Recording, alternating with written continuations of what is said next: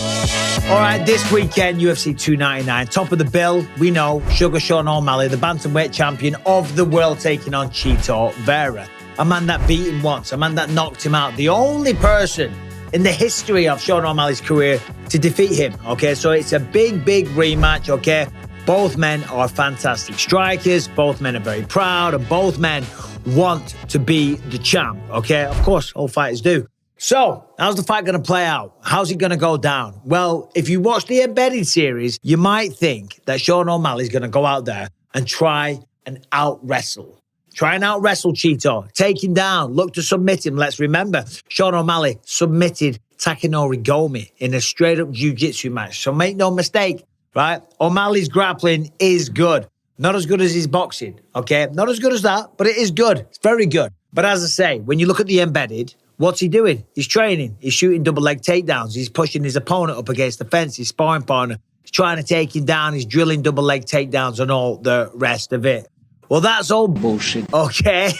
Simple as that. When you know the cameras are coming, when the cameras are coming, you don't work on what you're going to do, right? Some people get really weird about it. I never did. I didn't really care. It's like, listen, I know what I'm going to do. The whole world knows how I'm going to fight. It's how I've fought my entire career. But some people get very weird and they won't even throw certain combinations on the pads with their trainers because they think they're going to watch, they're going to see it, they're going to figure out what we're working on, what we're doing, or how our approach to the fight is going to be.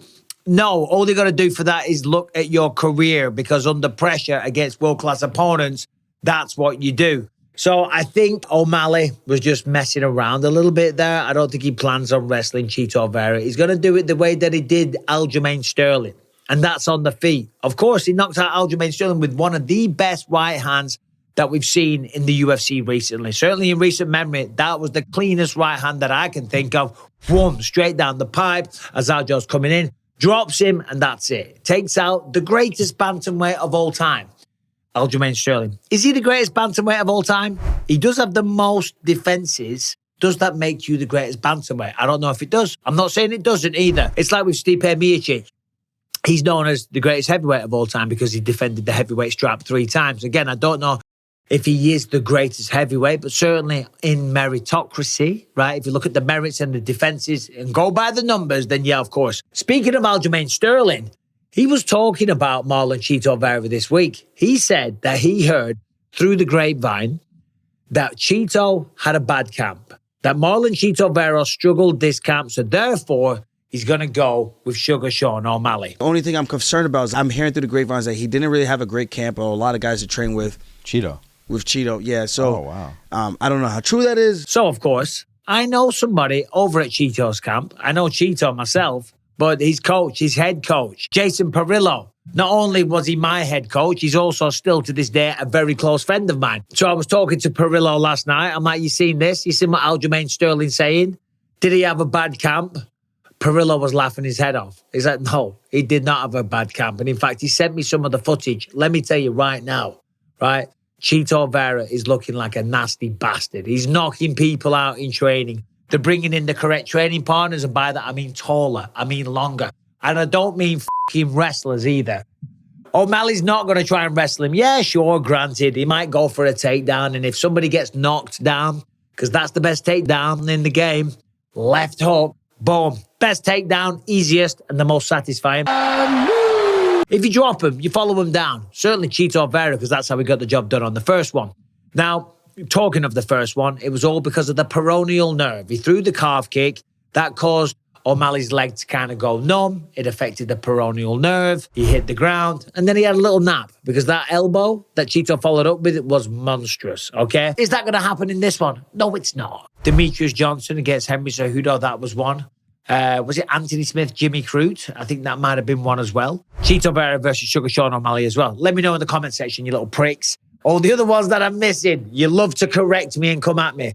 I don't think that's going to happen. The odds of that happening are very, very slim. But Marlon Chito is a slow starter, right? And that's always been not something that's plagued him, but something that, you know, has been kind of an issue. You know, he has historically been a slow starter, but generally, certainly in 5-round fights, he has enough time to get going, to insert himself, to do the damage and win the fights, like the Rob Font fight. I mean, he put a beat down on Rob Font, but Rob Font was tagging him nice and early, right? And the chin of Chito Vera as well, that is something to talk about as well, because he's never been knocked out unconscious, right? And you don't even really see him get marked up that much. You don't really even see him bleeding that much. I mean, he took some nasty shots of Rob Font, and the man hardly had a scratch on his face. He could have still gone out there and been Ecuador's top model. So, did he have a bad camp? Well, what does it matter? It doesn't matter if you have a bad camp.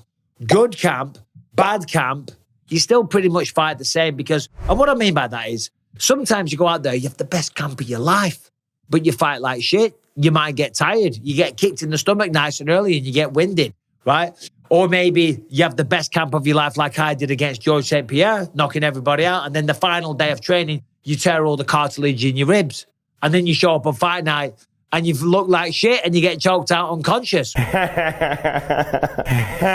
Sometimes you have a terrible camp, right? Sparring doesn't go your way, but on the night, it all clicks as long as you're working hard. But where did this theory of the bad camp come from? That's the real question. Is there some spies in Chito's camp? Is Luke Rockhold talking? We know he's down there. We know he's hanging around on the Jackson podcast. And Aljamain Sterling was on the Jackson podcast. I don't know. I'm not making any accusations. But is Luke Rockhold spying for Sean O'Malley? That's a joke, Luke. Calm down. All seriousness aside, what do I think happens here? Well, listen, Sean is going to use that reach, the range, and the speed. The boxing's absolutely phenomenal. It is beautiful. It really is. And Chito has got to go to work early. He's got to cut the cage off, and he's got to go at him. Can't be too reckless. I mean, look what Aljamain Sterling did, right? And look how that ended for him. But I think as the fight goes on, I do think O'Malley's probably going to piece him up a little bit from the outside. That's going to be the game plan. The game plan will not be to wrestle. Like, oh, you're a wrestler now. It will be to use that jab, follow up with right hands. Chito's going to throw the calf kicks. He's going to eat some jabs. But I do believe as the fight progresses, he's going to start to have more and more success. But I'm not going to make my prediction just yet because the festivities haven't happened. We haven't seen the press conference and all that good stuff. We haven't looked into the fighter's eyes. That doesn't matter. It doesn't. But bad weight cuts, things like that, they can definitely be a big, big factor in a fight. But UFC 299 is going to be great. Sean O'Malley isn't going to wrestle. Marlon Chito Vera did not have a bad camp. Michael Venom Page will be making his UFC debut at the age of 36. And he's looking to shock the system, to take over, to fight Leon Edwards in the stadium in the UK. Visualizing everything moving forward. So I'm seeing Kevin Holland. I'm seeing another opponent. And then I'm seeing that. And if he gets through Kevin Holland, by far his toughest test in his career so far, if he can get through Kevin Holland, if he can do it in a highlight reel fashion, if he can do one of his spinning wheel tornado kicks, right, and knock him out, hey, listen, he's going to get the fast track all day long because Kevin Holland ain't no bum. As we know, the return of Gilbert Burns. Gilbert Burns going up against Jack Della Maddalena. Two of the nicest guys you could ever meet. I'm telling you, they're both phenomenal. We know Gilbert Burns fought for the belt against Kamaru Usman, almost won it. High-level jiu-jitsu, great wrestling as well. And we know last time out against Bilal Muhammad, he tore his shoulder early in round one, and that fight didn't go his way. Not taken away from Bilal. Hey, listen, that was a solid victory over a tough guy. Jack Della Maddalena gets it all done with the boxing. I love watching him fight. He's got some of the best boxing that we've seen recently in the UFC. But he did struggle in the grappling department against Basil Hafez, okay? That just leads me to think, if you're struggling with the grappling of Basil Hafez, you're going to struggle with the grappling of one Gilbert Burns. The man that took down Stephen Wonderboy Thompson time after time, controlled him, held him down, got the decision. Remember, Stephen Wonderboy Thompson's got a good takedown defense. Tyron Woodley had a hard time taking him down and holding him down. So that's going to be a tricky one to watch out for Jack Della Maddalena, keeping the fight on the feet. And of course, we got Benoit Saint-Denis, the pride of France, taking on Dustin the Diamond Poirier. I talked about it last week. Potentially the last fight that we ever see him. This fight card from top to bottom is phenomenal. I'm going to do a live later in the week, so we'll have some chats. You can ask me some questions, and we'll just get down and dirty talking about all the details going down in Vice City, Miami.